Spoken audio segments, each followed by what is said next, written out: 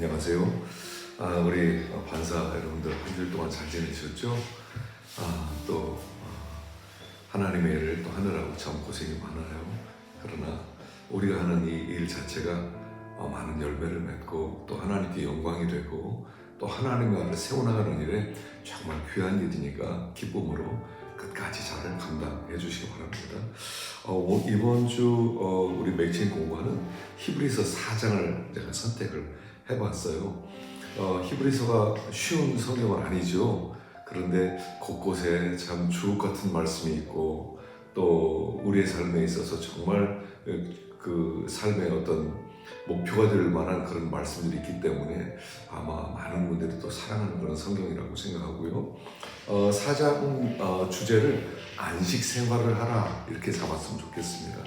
안식이라고 하는 것은 뭐냐면 그냥 노는 거, 그냥 쉬는 거, 우리가 그런 생각을 갖고 있지만 사실은 공간적으로나 시간적으로 아무 문제없는 상태를 얘기하는 것이 아니라 싸워서 승리한 상태, 주님의 도우심으로 그래서 주님의 품 안에 안겨있는 상태, 굉장히 추상적이지만 그런 상태를 안식이다 이렇게 할 수가 있습니다. 그래서 그 안식은 우리는 천국 가면 안식 누린다 이렇게 생각하지만 그러나 그 안식 생활이 이 땅에서 주님과 동행하는 그 삶 속에서 안식을 누리는 것이 가능하다는 것이죠. 그래서 우리 주님은 우리에게 안식을 누려라 이런 말씀을 하고 있는데 오늘 본문에는 그러면 어떻게 안식을 누릴 수 있느냐? 신앙생활은요 지식 전달이 아니에요. 내가 맛보고 누린 것을 가르칠 수 있거든요. 그래서 먼저 우리 반사들이 안식을 조금이라도 누리고 맛볼 때에 그걸 전할 수가 있어요. 성경 전부가 다 그래요. 자꾸 지식화되어가는 그런 세상 속에서 내가 정말 그것을 맛보게 되면 그걸 정말 자신 있게 전할 수가 있다는 것입니다. 한 4가지를 오늘 본문에서 택할 수 있을 것 같아요. 첫째는 안식을 누리려면 말씀과 믿음을 섞어야 된다. 그런 말씀이죠. 그래서 오늘 여기 본문에도 보면 그렇게 말씀하고 있어요. 듣는 자가 믿음과 결부시켜라. 그런 말씀이 있어요. 말씀과 믿음을 결부시키는 일. 그러니까 말씀이 내가 되고 믿음 그 말씀이 내가 되는. 예수님은 그분을 말씀이다 이렇게 부르잖아요. 왜냐하면 그분의 이 땅에 오신 삶이 말씀이고 인격이 하나가 되었기 때문이에요. 신앙생활은 뭐냐면 말씀과 내가 점점점 하나 되어가는 상태, 그것을 우리는 신앙생활하고 또 안식한다 이렇게 말할 수가 있어요. 그래서 말씀이 지식밖에 되지 못하면 말씀은 능력이 될 수가 없다는 거죠. 말씀 그 자체가 능력이고 하나님의 약속인데 그 말씀이 내 믿음 속으로 내 인격 속으로 들어올 때 그 말씀의 능력으로 살아갈 수가 있는 거죠. 그래서 우리가 말씀을 자꾸 또 읽고 또 묵상하고 또 암송하고 깨달아가고 그러면서 말씀과 내가 하나가 될 때 그때 우리는 안식을 누릴 수 있다는 것입니다. 두 번째는 안식에 들어가려면 하나님이 어떤 분인지 잘 알도록 힘을 써야 돼요. 우리가 그 어떤 중요한 예를 들어서 내가 굉장히 큰 어마어마한 금덩어리를 가지고 있다. 그런데 내가 외국을 갔다 와야 된다. 아니면 또 내가 어디를 가야 된다. 누구한테 맡길까 할 때 누구한테 맡길 수 있어요? 모르는 사람에게는 맡기지 못해요. 아는 사람에게만 맡길 수 있죠. 그래서 전혀 모르는 길거리 가는 사람에게 금덩이 좀 맡다 주세요. 못하는 거예요.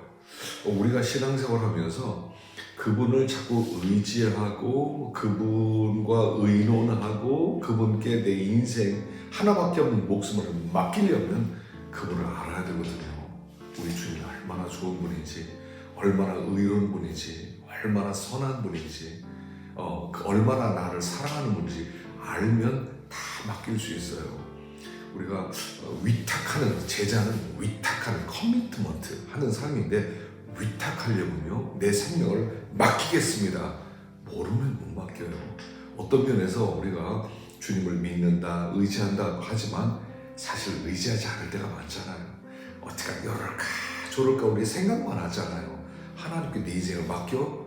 어떤 때는 좀 불안하잖아요. 왜 그러냐면 믿지 못하기 때문이라는 거죠. 그래서 알면 믿을 수가 있고 믿으면 맡길 수가 있는 거예요. 그래서 신앙생활하면서 자꾸 주님을 더 알기를 원합니다. 주님 어떤 분인지 깊이 교제하기 원합니다. 요게 있으면 안식할 수 있다는 것입니다. 세 번째는 여기 말씀으로 수술을 받으라는 거예요. 그래서 12절에 보면 하나님의 말씀은 살았고 활력이 있어서 좌우의 날선 어떤 것보다도 예리하여 혼과 영과 관절과 골골수를 찔러 쪼개기게 하지 않고 마음의 생각과 뜻을 판단하나니 지으신 것이 하나도 그 앞에 나타나지 않음이 없다, 이렇게 말씀하고 있거든요. 안식에 들어가지 못하는 이유는 우리 속에 내적인 문제가 있어요. 우리 영혼에 우리 마음 가운데 어떤 안 좋은 요소들, 하나님을 기쁘시게 하지 못하는 그런 추악한 모습들이 이렇게 섞여 있잖아요. 그러니까 우리가 하나님의 말씀을 듣는 것은 뭐냐면 수술받는 거라고 그랬죠.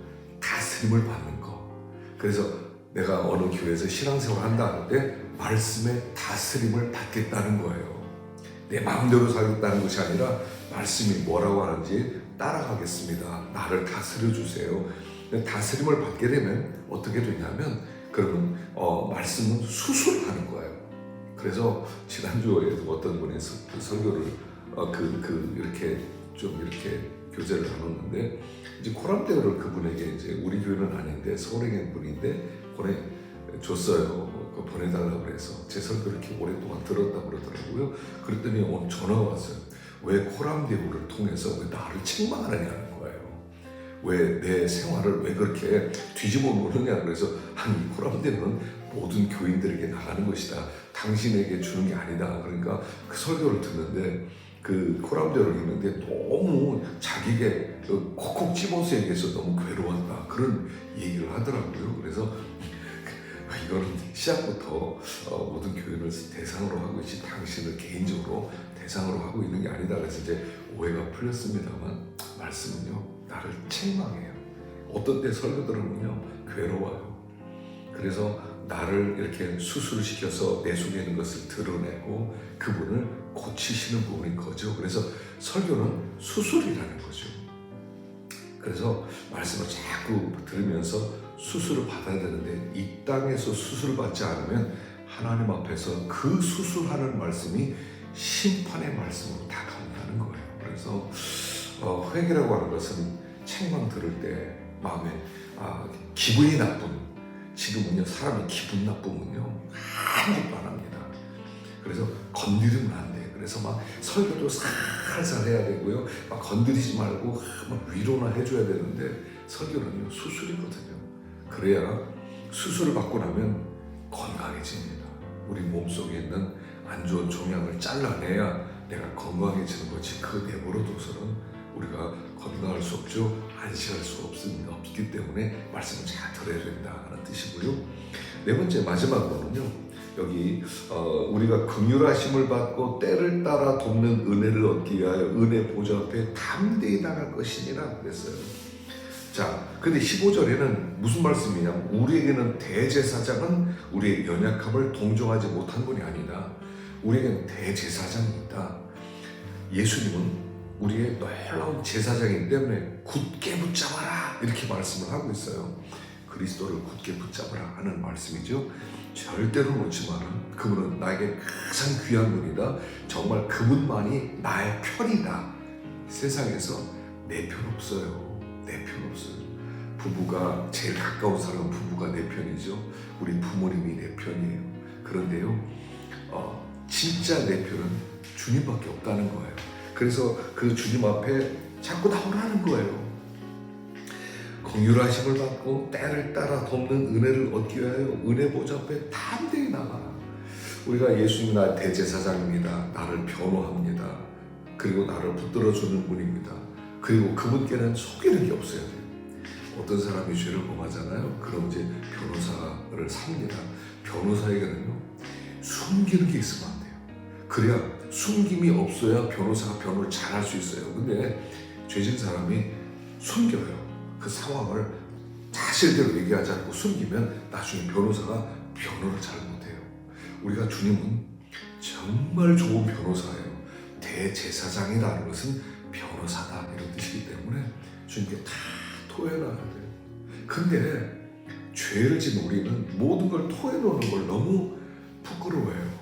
창피하게 생각해요. 그래서 토하려고 안 해요. 그냥 넘어가지 뭐. 그냥 덮어줬으면 좋겠다. 그냥 숨겨줬으면 좋겠다. 그래서 이야기를 안 해요. 그래서 담대하게 나와라 이렇게 얘기하는 거예요. 네가 어떤 죄를 졌든 네가 어떤 마음 자세가 있든 담대하게 나와라. 그러면 그분이 다 그걸 소화시킨 다음에 우리를 덮어주시고 우리에게 안식을 주시기 때문에 우리가 지금 그런 이런 불안하고 그런 초조하고 늘 패배하는 생활에서 정말 소망 있는 삶을 살 수 있다라고 말하는 것입니다. 그래서 안식 생활이 중요해요. 우리 자녀들도요, 우리 아이들도요, 학생들도요. 얼마나 불안해하는지 몰라요. 얼마나 불안한지 아세요? 아시지 않습니까? 세상이 결코 만만하지 않다는 거. 오늘 아침에도 제 아내랑 식사하면서 그런 얘기했어요. 참 인생은 만만한 게 하나도 없다. 여기까지 오면서 우리 계획대로 된 게 뭐 있었느냐? 아무것도 없더라. 아마 이거는 나이 든 사람이면 다 고백할 겁니다. 만만하지 않고요. 내 계획대로 되지 않고요. 인생의 변수가 왜 그렇게 많은지. 그래서 우리 주님 꽉 붙들 때 주님이 주시는 안식을 누리게 된다 하는 것입니다. 그래서 이번 주에 우리 권사님들 또 힘내시고요. 여러분들이 있어서 저에게 얼마나 큰 힘이 되는지 모르겠습니다. 또 승리하는 또 이번 주 될 수 있기를 간절히 바랍니다. 감사합니다.